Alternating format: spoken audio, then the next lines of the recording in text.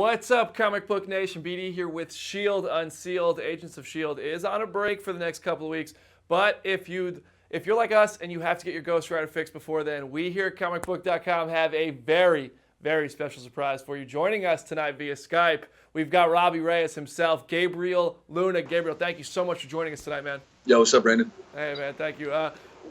First of all, I got to start out. I feel like the show has really stepped it up this season with the Ghost Rider special effects. It's not like TV shows are really well known for special effects, but this year, with your Ghost Rider character, it's big budget movie quality. When did you first know or have a chance to see how amazing these special effects were going to be? Mark Kolpak, our VFX supervisor, he always has his iPad with him that he's carrying around, and he has just various different just mock-ups and demos of what he's doing, what he and the team at Fuse were working on. And so it was early in the process where he showed me the first skull that we had built for the character. But in terms of like the final final skull in all of its glory, I didn't see that until the night of. And in fact, I was just talking to Billy Gerhardt, who directed The Good Samaritan, which is the last episode. He's like, dude, it looked awesome. It looked like a movie. Yeah. I saw you guys, man. It looks amazing. Congratulations on that. I mean, it looks super cool. It kind of looks like your head is actually on fire, but that might hurt a little bit. But I have to ask you, on Twitter, you teased an upcoming issue of All New Ghost Rider where Robbie Reyes teams up with Johnny Blaze. So might it be Johnny Blaze? Might he be the Ghost Rider we saw give Robbie his powers to on the latest episode? They haven't definitively said who it is, so I can't definitively say who it is. I know that when we were reading the scripts in episode 5, we set up some stuff with Quentin Carnival and the motorcycle and the jacket and all that stuff when they found the Darkhold in Johnny Blaze's basement. So I can't see why we would kind of go the long way around to bring another Ghost Rider in when you got the man, the myth, the OG Johnny Blaze. So I'm telling myself it's Johnny Blaze. You guys can tell yourself whatever you want. I'm sure we'll clear it up in the future. But as it stands right now, I just love the way we married the show to the book in that, there is a somewhat of a passing of the torch in the All New Ghost Rider with Johnny Blaze kind of cluing Robbie into how to be the Ghost Rider when he, in this moment of weakness where Robbie's considering doing something that's outside of his heroic character as Robbie Reyes, just a dude. Right. And Johnny Blaze comes to him in that moment and kind of clues him into what it is to be the Ghost Rider, hits him to the game as to how you operate in that role. And I like that we have a similar kind of passing of the torch in our show, which I think worked really well. I know everybody is very excited about it and hoping to see that. But all spoilers aside, which Ghost Rider would you it sounds like you've made your choice, but which Ghost Rider would you personally rather see Robbie Reyes team up with, Johnny Blaze or Danny Ketch? Because I know that I can speak for everyone watching when I say we would love to see like a Ghost Rider trio form if we could, like some sort of badass WWE stable. I personally, I grew up with Johnny Blaze, right? And I love the character, and I love the, even Robbie as Robbie. I'm rocking the port design, which is a kind of a throwback and a tip of the hat to Johnny Blaze and his blue jumpsuit.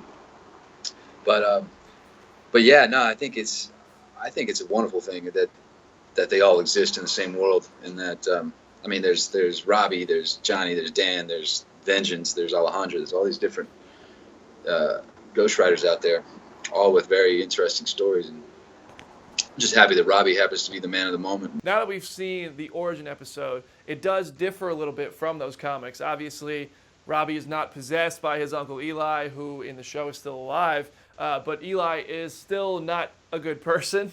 So is there, at any point this season, might we see Ghost Rider absorb or connect with his uncle Eli's soul and streamline more into their relationship, which we've seen in the comics?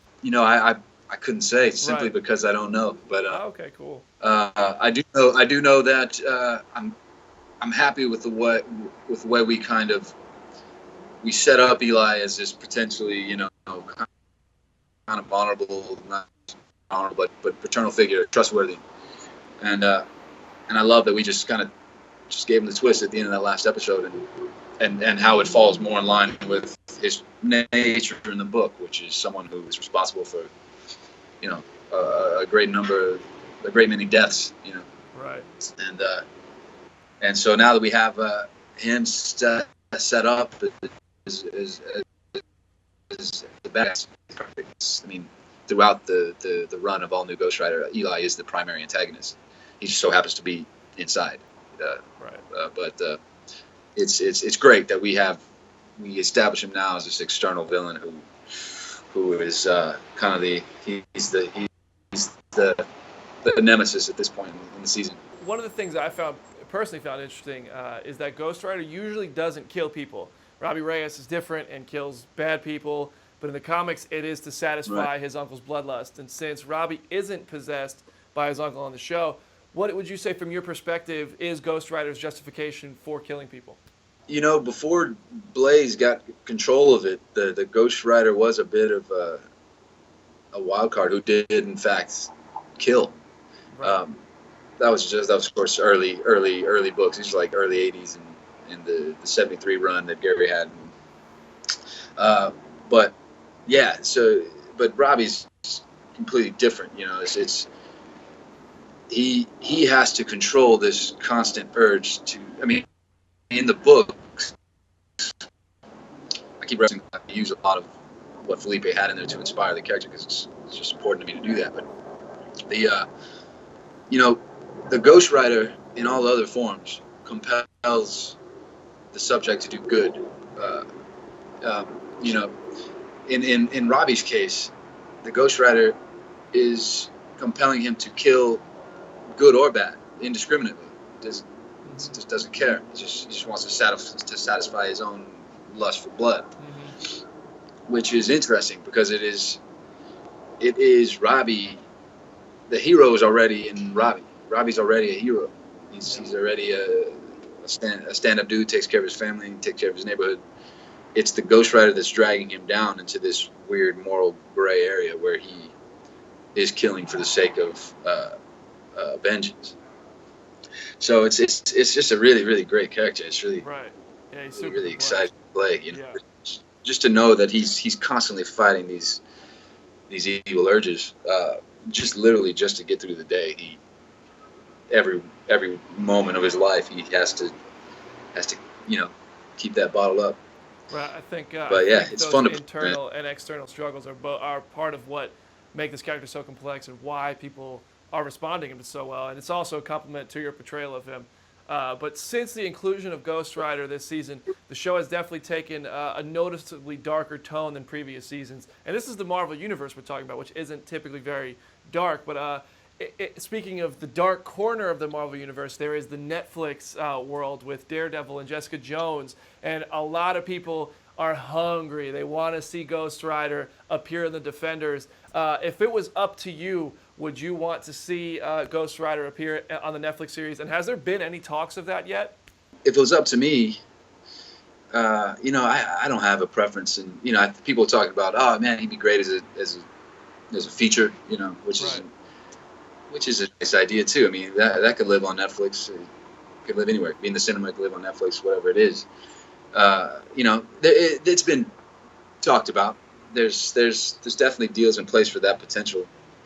But I just take it one day at a time. I mean, I'm having so much fun now. I just want to make sure I get these episodes right, and then if they throw more episodes on my plate, I will do my best to do well with those stories as well. But I think it'd be cool, man. I mean, I think it'd be cool to see Blade and the Punisher and Strange and that whole like Midnight Suns kind of run, and then you got the Dark Avengers. You got all these teams that the Ghost Rider slides into. Right. And occasionally, he's mostly kind of a lone wolf. That's Marvel Comics for you. I just love that idea, that potential. But as far as like going and joining the Defenders, they seem to have Hell's Kitchen and NYC like on lock. So I just love to see more West Coast heroes. I mean, we could bring Blade out here. We can bring who else? I mean, you name it. So many. Amadeus Cho. Oh yeah. Amadeus Cho appears in the new Ghost Rider, which is coming. As Jeff Loeb says, it's all connected, man. It's just there's infinite potential. It's just a matter of what they want to do with it and how they want to roll them out, because we obviously have a lot of great stories to tell. They're about to come out. Yeah, and before I let you go, I have to ask you, fight to the death, your Ghost Rider versus Nicolas Cage's Ghost Rider. Who wins? I've never seen that movie. I don't know. Is he pretty tough in that movie? He's pretty fierce, but I feel like you know he might what? take the edge. Yeah, I think so, man. I think so. I think I'm younger, more agile. Less prone to like random freakouts. And even better special effects. Yeah, I think Robbie Ray takes that of his special effects. There you go. Right. Well, man, it was an absolute blast getting to talk to you, Gabriel. Thank you so much for taking the time to talk with us tonight. I know Comic Book Nation appreciates it. Comic Book Nation, you guys can follow Gabriel on Twitter and Instagram at @IamGabrielLuna. Right now, Agents of S.H.I.E.L.D. obviously on a short break, but it will return on November 29th, and we are all going to be there. Gabe, we can't wait to see more of you on that show. Yeah, man. Thank you, Brandon. Thank you, everyone, for watching, and I look forward to seeing you soon, November 29th. Thanks, man. Very much looking forward to it. And everybody at home, make sure you follow Comicbook.com, at Comicbook on Twitter, and at Comicbook Now on Instagram. I am Brandon Davis. I'll see y'all soon.